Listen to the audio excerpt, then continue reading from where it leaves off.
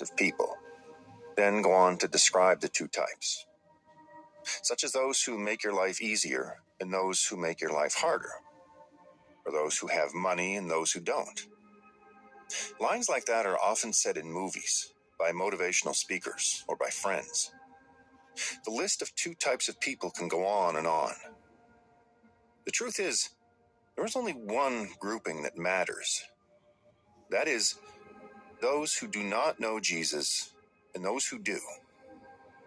In these last days, you are either one who loves yourself or the Lord. The group of people who love themselves can be found in 1 Timothy chapter 3, verse 1 to 5. It says, "But understand this, that in the last days there will come times of difficulty.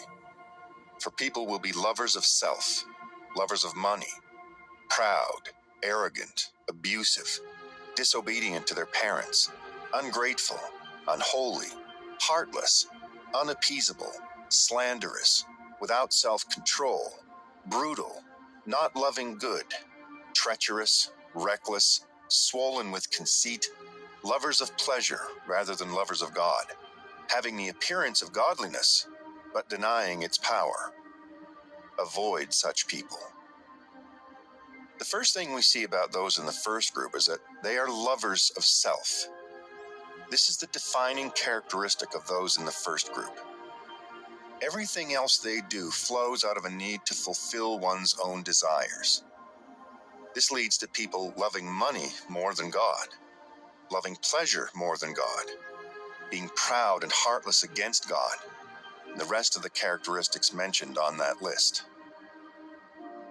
The truth is that all of our hearts are naturally that way. If we do not know Jesus, on a whole, we do what is best for ourselves.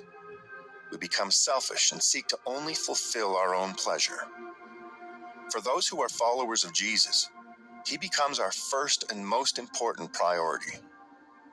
God is actually like the paper we write our priorities on. He becomes the base and center of everything we do. While our other priorities change, God does not. However, for those in this first group, their desires and pleasure become the paper on which they write their priorities. Whatever makes them feel good and satisfied becomes the center. This is why 1 Timothy says that they are lovers of self. The first group may actually look like they have the right priorities. In 1 Timothy, it says they may even appear godly.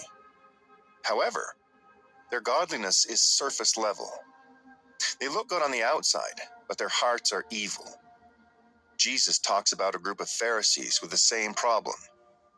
He says in Matthew 23, verse 27, "Woe to you, scribes and Pharisees, hypocrites!